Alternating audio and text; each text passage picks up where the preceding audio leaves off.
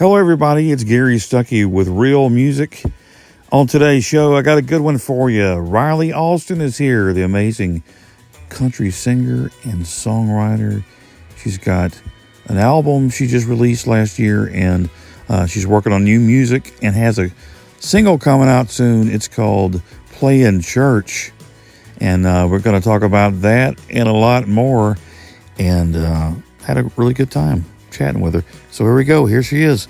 Here's Rylee Alston. Now, I've been checking out your music, and I really like your voice and your singing and playing, and you've got a unique voice. But you're from Greenville, right? I am. Which is right up the road from me. I've been to Greenville many times. Um, that's cool. Talking to these Southern girls that I've been around. I mean, in this area, that's Right. really cool, right? And it's really cool to have people like you doing well. And well, tell me this now. You got a brand new album out, right? Called My, Well, or how's that going? it come out in August of last year, Hmm. and we're actually about to release the third single off of it, and it's Awesome. probably the one that I'm most excited about. Well, tell me about that. I've heard about this single. Now, I want to know the story behind it and what your feelings are about it. So tell me about the single. So the story behind it's not just one story. Um, I told somebody the other day, we were joking. I'm one of those songwriters that you can say something to me, or, I lived a situation or whatever. And we were sitting around one night and we were talking about things that we had done, or, whatever in the past or whatnot. And I said, Yep. I said, you got one playing church with this person on Sunday like they wasn't with me last night. And I went, Ooh, hold on. Mm. And so I was with another songwriter friend of mine, and she's like, You got something there. And so I ended up, a lot of my songs come up with, whether I'm mad. I write better when I'm mad at people. And Okay, so, Taylor Swift. No. well, no, it's like, now I mentioned this to somebody the other day. So I've been a bail bondsman, I've been in law enforcement, whatever, or some aspect of whatnot. And I was joking with someone the other day and said being a songwriter is a lot like a police officer. Anything you say can and will be used against you. It's true. Just a It's matter of true. how you look at it. So playing church it's one of my more like spunkier kind of songs, and I don't know, I guess I'm excited to finally let one of my little spunky sides come out, not my so serious side. Right. Um, and talking about that, were the songs from this album, all of them really what you've been through, or have you had to stretch it in your mind to go outside the box on some of the songs, or do you just kind of stay in what you know according to your feelings and stuff? A lot of the songs, 90% of them, because on the album there's 10 songs. I wrote or had a part. I had a part in writing. I helped. I got help with one song. One song was a cover, and then the other 8 songs I wrote, by myself. And it's 90% of them. It's either something I've been through. Um, like I said, I write better when I'm upset, mad, or whatever about a situation, and so it's 90% of it is something I've been through. Right. Well, being in a smaller town, as opposed to say Nashville or New York or something, you write a song and it could be anybody. But if you're writing songs about true things, are there people that go, "Hey, I know who you're talking about"? I have that a lot. Um, oh boy. Yeah, Oh, I have that a lot. I have a lot where people are like, "Ooh, I know who that song's about," or and sometimes they're right, sometimes they're not. right. Um, it it varies. Well, it's like the playing church guy. Is he going to be like, "Hey," and when you you sell a lot of copies and of the album, and you go, it goes big, right? And then he's like, "That's me. I want half the money, man." Well, I mean, that's one of those songs that you really don't want to admit if it's about you or not. Um, that's like, for example, there's a song on the album called "Backseat to the Bottle," and the guy that's about knows it's about him. And if he comes to a show or something, he's like, "Hey, play my song." That's not something you want to go and tell people. Hey, that song's about me. Yeah, Really? right. Well, I mean, I guess whatever makes him happy, right? Everybody's looking at him like, okay. Right? Um, You look at them and be like, "Are you serious? yeah, Really?" right. Well, I guess you got to own it if you want it. Um, well, tell me this: how did you get to be where you're at? How did you, when you were younger? I guess you just really loved music and country music. And how did you get involved in that? So my daddy, when I was younger, my daddy brought me up on like the good stuff, the George Jones, Conway Twitty. My papa actually served with George Jones. I got to tell Georgette, his daughter, this story last year when we headlined the same venue. Um, my papa used to go watch George sing, and then when they'd throw dollars or change or whatever on the stage, my papa would pick it up for him. So my daddy brought me up on that stuff. And then I was real big into like Loretta Lynn and the Judds when I was, 10, 11 years old. My first concert was getting to go watch Loretta Lynn, and I dragged my mother with me. Now, my mother is not a country person. My mother likes Fleetwood Mac and Journey and Eagles. So I have one parent that likes this music and one parent that likes the other. So I have, guess a bunch of diversity. And so I remember at 11 years old, I took my mom, well, made my mom take me. We went and watched Loretta Lynn, and this woman keeps turning around staring at me. And my mom's like, "Can I help you? Is there a reason you're staring at my kid?" And she's like, "I'm just amazed that a child that young knows every word to every Loretta Lynn song. Because here I am singing You Ain't Woman Enough, like I got some man that I've, worried about somebody taking." And Well, so that's I cool. started playing guitar at 8. Um, I joined my first band when I was 18. And then honestly, and all jokes aside, I would quit music and then I'd come back. Then I'd quit and then I'd come back. So it doesn't matter how many times I've, okay, well, I want to go try this. I'll always come back to music. And then I ended up last year getting recognized on Facebook Live because I do a lot of my stuff on Facebook. And then I got contacted by Grace Records, and I ended up signing with them on February 6th of last year. Awesome. That had to be a exciting moment for you, right? It was crazy. Like in my head, I'm thinking, who gets noticed on Facebook? But it It happens. So, miracles happen and right. blessings happen every day. That's really cool. Yeah. So tell me this though. You said you just kind of quit. What took over your mind when you were just like so down and thought, I'm not going to do this anymore? Well, for one, I was 18. When you're 18, you don't know what you want. You really don't. And I preach that to people now. I'm like, look, 18, I didn't really know what I wanted till I got older.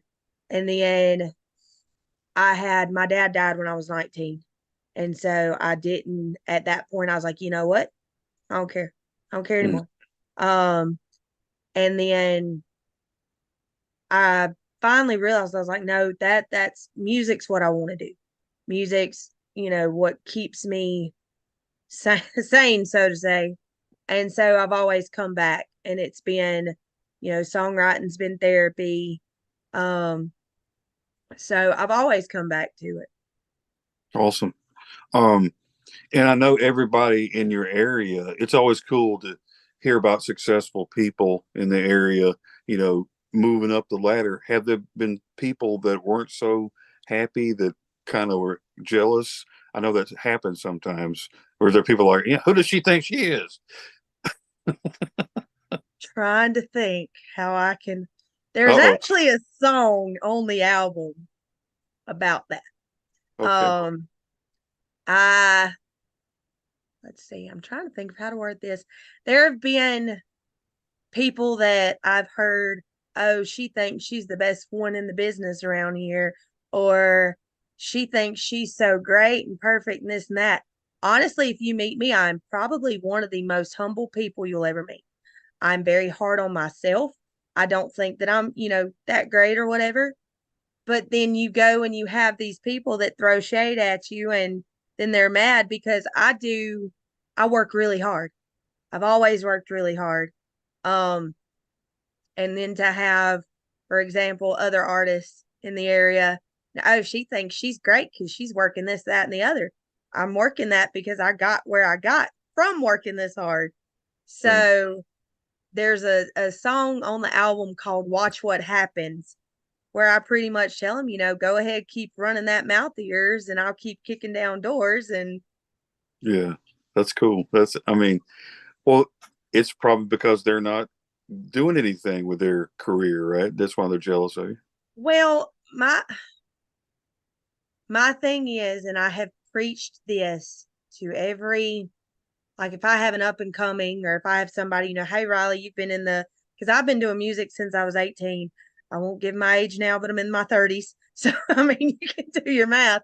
But, I've had people, what would you advise, somebody coming up? Don't burn your bridges, Mm. because you never know when you're going to need to go back across that bridge. And then, like, I have watched a lot of up and comings, I guess, obliterate those bridges, so to say. Yeah. Mm. Wow. Oh, you know, don't burn the bridges and don't mention the name of the person in your song. Just kind of. Don't mention the name. Don't throw your producer under the bus on a podcast. Yeah, right. Never do that. I mean, a lot of them, I want to look at them and be like, get you a PR person, because you don't know Well, when to shut up. sometimes, yeah, you need to not say everything, Right. And it's so, I get when you have an interview and it's, you're nervous and, gosh, I don't want to, what do I do? What do I say here? It's kind of, don't, at the same time, don't bite the hand that feeds you. Watch what you say, and my biggest thing too is, a dog or a lion doesn't have to tell you it's a lion. You That's don't have to true. go out and brag, brag, brag, brag, brag. You just don't have to. That's right. Well, as you're moving up this ladder, now, have there been some harder times? Have there been some situations that you faced that you didn't realize it was that hard as you got into the business side or understanding some things? Um, a lot of it is, I mean, as you go on, you get told no a lot. I had to learn that no's not necessarily the end of the road. Mm. Um, but no doesn't mean, no doesn't mean no. And then, if it doesn't work out here, there can be a different avenue you can go.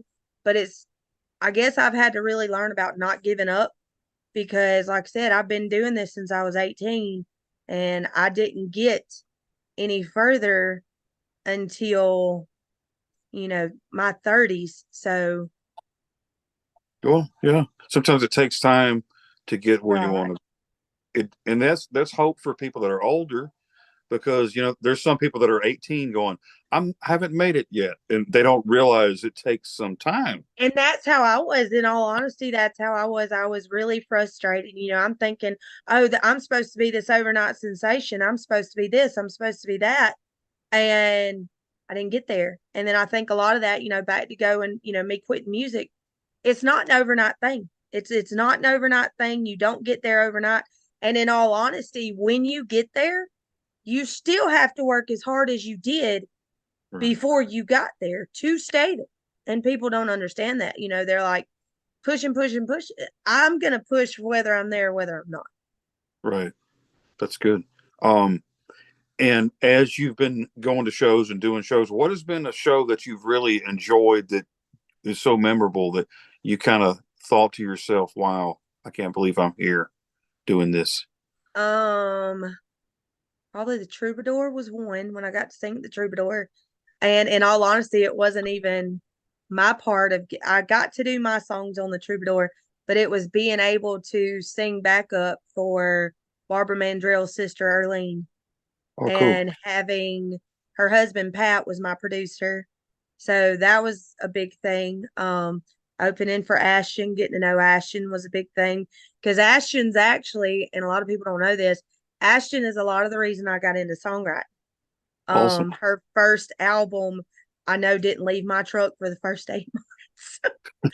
And so I've spent a many dirt roads, listening to Ashton Shepherd. So getting to open up for her and getting to know her, opening up for Taylor Alston Dye and getting to know her has been pretty cool. So there's been a lot of, I don't think I could pinpoint just one thing. Well, that's good. And it's going to keep getting better and better. Is there like a dream person that you want to work with? Ooh, there's a lot of them. I'm sure. My dream, oh gosh, that is so hard. There's anybody from May Estes, who's up and coming too, to Winona, because she's always been one of my favorites. Ashley McBride probably has to be up there at the top of this. I love her. Awesome. Well, I mean, things happen, like you said, you're on Facebook and that, you get this message. Talk about that again, about how the record company reached out to you. How was that experience and how long did it take for everything to kind of click and you go, this is real, and what all did you do after that? I don't think it still clicked. In all honesty, I think a year later it hasn't clicked. They had reached out to me on Facebook and had asked if I could come up to Nashville.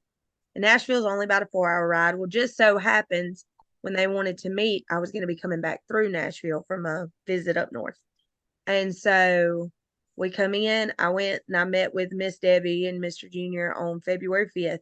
And I literally was like, let's sign. I'm ready to go. Let's sign right now. And then I was like, oh, wait, let me. I get excited about things really quick. And then there's something that clicks. It's like, hey, whoop, slow down a second. And so I took the contract back to the hotel, went and read over it, and I signed February 6th. And then I was in the studio the next month starting to record the album. Awesome. How did the recording process go? Was that fun and actually getting to record the music, and how did you do all that? I look like a big old fangirl, in all honesty, because I had um the keyboard player, and I don't want to butcher names because I'll be done told you somebody played this that played this. My keyboard player was with Dolly and Reba. The lead guitar player was Garth Brooks, lead guitar player. Um, the bass player, he played bass for Delbert McClinton. So to get to hear stories about all these people that I looked up to and, was amazing. And then so basically I would play guitar, just give them a raw version of here's what it sounds like. And so just to be able to chord it and play guitar and send Pat the thing and then to go in and actually hear everything come to life, it was just like, this is huge. So Right. it was really almost surreal. And then there were times that I cried because I was like, oh my gosh, that's my song. That's something that I've written. That's been my baby because some of the songs on the album I did write when I was 18, 19 years old. So to have those songs for so long and then to have actual pros, come in and work on it was like, whoa. Yeah, right. I bet. How long did it take to record everything? Ooh, we started recording, I believe, in March, and we had the album come out, I believe, in August 3rd. So it was quick. That was a quick process. About the same. I'm actually recording my second EP now, and it's been pretty quick too, but I'm working with a different producer this go round. Okay. And what's been the fan reaction, especially locally? I mean, for people, has it really taken off? And despite the haters, It's really crazy when I go to Walmart. Like, for example, I went to Walmart one day and I had been out in the yard doing something. I didn't have on no makeup, had on a bleach stained shirt where I'd been working in the yard. And I'm in Walmart and this woman stops me and she's like, can I ask you a question? And I'm thinking she's going to ask me where the toilet paper is or something. I was like, yeah, sure. And she goes, are you the girl that sings that song, My Side, that's on the radio? And I'm like, yes. And she goes, I know this is probably a bad time, but can I get a picture? And I'm like, oh gosh. So Can I you mean, autograph my toilet paper? No. right. I'm like, oh gosh. So I mean, it's been really cool. And then I get videos. People send me videos of their kids singing my songs, or Oh, or I have people, this song meant this to me, this song meant that to me, because I do write about a lot of real life stuff. I've got anything from drinking, cheating, child support. I mean, you name it, it's probably on that. I understand. Everybody can relate to those issues, I'm saying. Right. And that's what's so cool about music and country music, and especially being from this area, because people like us, we understand a lot more about each other, and it's so real. I mean, what do you think about uh, being honest and authentic in your songs? I mean, is that important to you to be real in your Yes, songs? that is very important. I am I'm as real as it gets. I mean, you see me at one place, you'll see me a month later. I'm the same person I was at that place. I try to be very transparent. Um, I mean, I'm not perfect by any means. I don't act like I'm perfect.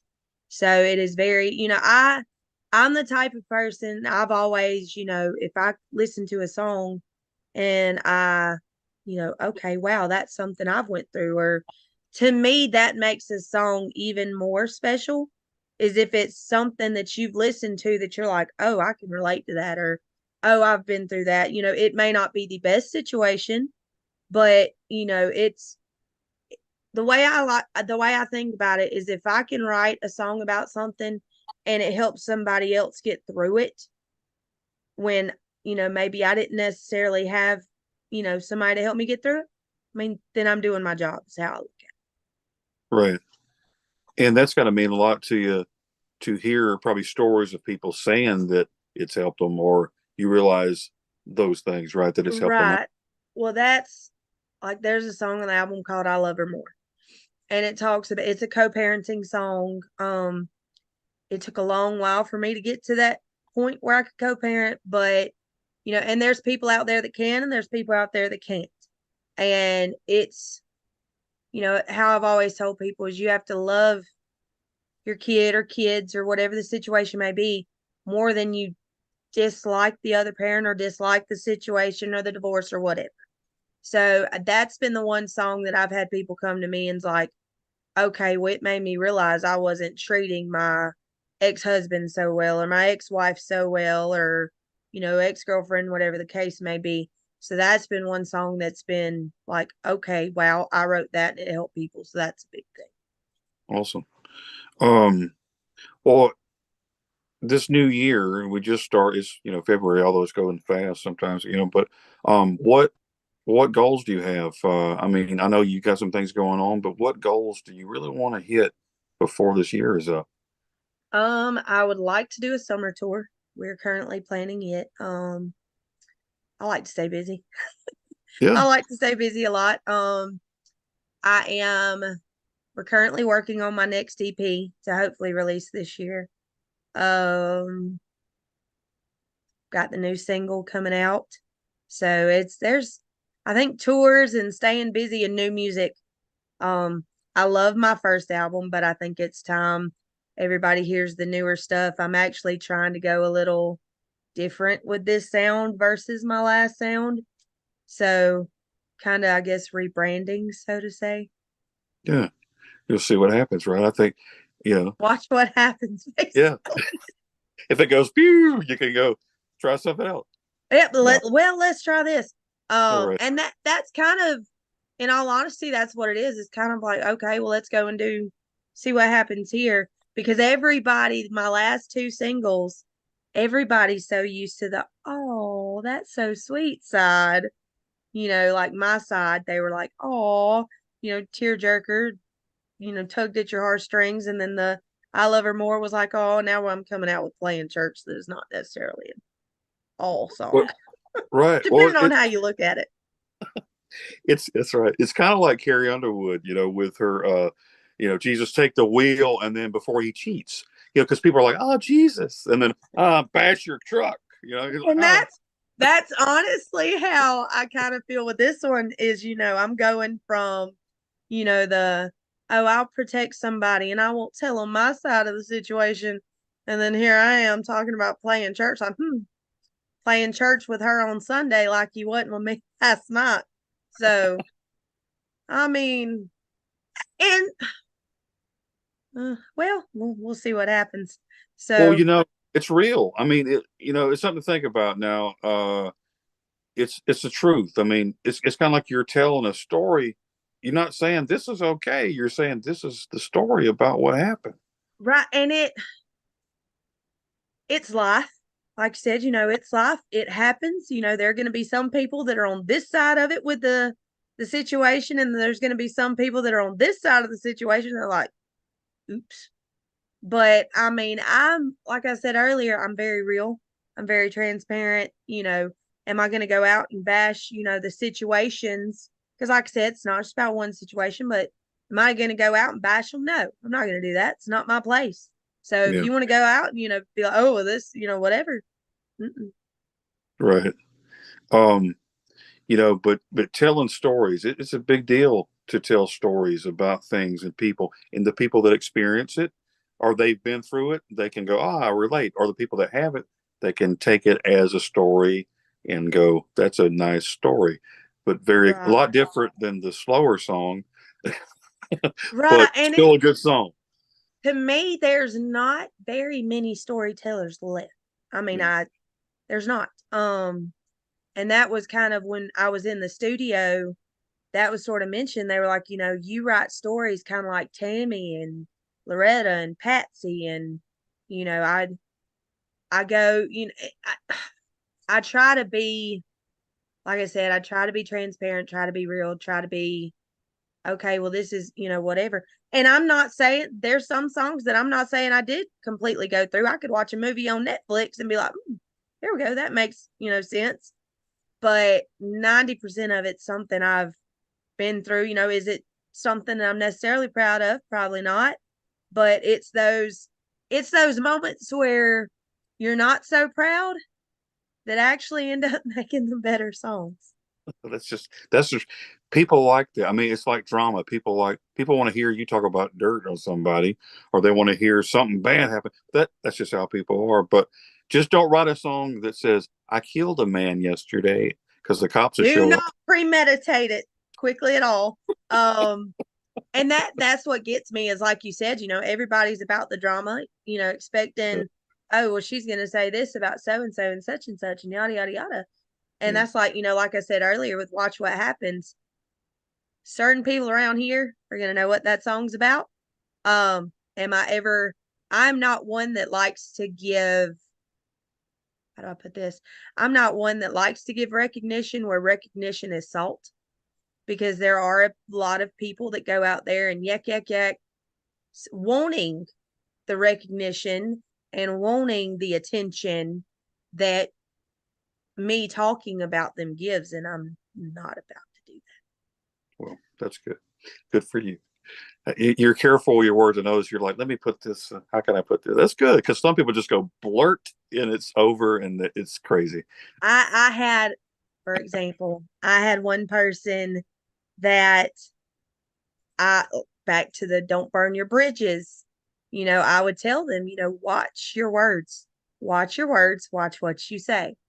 And, it's, you don't ever want to, go and, like I said, burn bridges or, go and a lot of it, like I said, I think is if I go and say something about Jane Doe over here, for example, then Jane Doe is going to feel like, oh, well, Rylee spoke my name. Rylee gave me recognition. Rylee made me important. You're only as important as, whichever, but Yeah. I'm Um, very careful. hey, that's good. It's a good way to be. It's a good habit. Uh, well, tell me this. I know that there's a lot of people that are trying to be, singers, songwriters out there that are up and coming. They are you. when you were Right. 18 and you had this big question mark in your mind, is there something that you could tell them, these up and coming artists that really have no clue, that they're kind of scared or they want to know, how do you get to where you are? My biggest thing is don't pressure yourself to think it happens overnight, because it doesn't. Mm-hmm. Don't pressure yourself to, okay, I didn't make it in 6 months. Okay, you didn't make it in 6 months. Big deal. The younger songwriters, I will tell them, and I've said this to a younger songwriter before, and this is speaking from experience, being someone that started writing when I was 18. Your songs are going to get better the more you live life.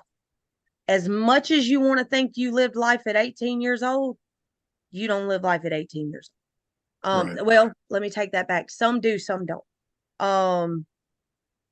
My songs, such as Backseat, I wrote Backseat when I was 19. To look at Backseat that I wrote when I was 19, and to look at My Side that I wrote when I was 28, 29, or 29, I'm sorry. To look at a 10 years difference between songs is like, whoa. So, my big thing is to, live life, and don't let life harden you. Don't get discouraged. Don't go thinking that, it's going to be horrible, because it's not necessarily going to be that. It takes time. It takes hard work. That's another thing. You are not going to get anywhere sitting on your butt. Right. Go out there, perform. I still perform locally around some of my favorite places here. And in all honesty, some of my local places are my favorite places to play, because you get to build that relationship with your bartenders, your customers, your people, and, build your relationships. Don't ever think you're better than the next person. Don't ever think, and that's a big thing, don't go out there with your nose stuck up in the air thinking, oh, I sing better than such and such. No. Networking. Go and network, meet other people, meet other songwriters, because, you may find another songwriter that you can bounce ideas off of if you get stuck. Because there's many times I'll go and I'll have an idea and be like, oh, I want to write this song. And then I get Right. stuck and I'm like, oh, crap. And then Yeah. I'll go and find another songwriter that can help me, with an idea or whichever. So networking, don't give up, work as hard as you can. And it's in this line of work, working hard, you're basically working 24/7 in this line of work. If you're not doing a show, you need to be on your social media, keeping in contact with people. If you're not networking, you need to be working on booking stuff, whether it's a podcast or a show or whichever. It's constant work, and it makes you tired. But if it's what you want to do, then you'll do it. That's right. Good. Good words for the up and comings out there. I know they're going to appreciate that. And that's cool, like you said about Ashton. And one day there'll be people saying Rylee was the one that got me into music. Well, tell me this: you got some shows coming up or anything, or what you got going on coming up? I do. I actually have a show tonight. When I get Okay. done here, I have to go Ah. to Ozark. I All have right. Ozark, Alabama tonight at Benchmark at 7 o'clock. Luckily I have my calendar right here.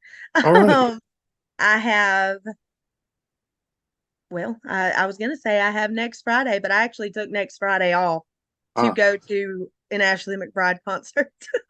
Well, that's So the understandable. singer took off to go watch another singer. Um, I have Bugsy's coming up in Enterprise. I have Keel & Company coming up, or nope, that was this month. Bugsy's Bandits. I'm in Sylacauga. I am in Waynesboro, Mississippi, coming up next month. My first time being there at the Backdoor Lounge. I have a lot coming up. And I still have openings, so I'm constantly booking and trying to get done. Awesome. Well, I hope all the best for you. and tell me this before we go. How can people find out more about you? You got a website that they can I go do have to? a website. I have a website at www.RyleeAustinMusic.com.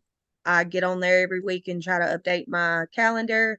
I have a Facebook page, Rylee Austin Music Official. Because every time somebody looks it up, it may take them to somewhere I created 10 years ago.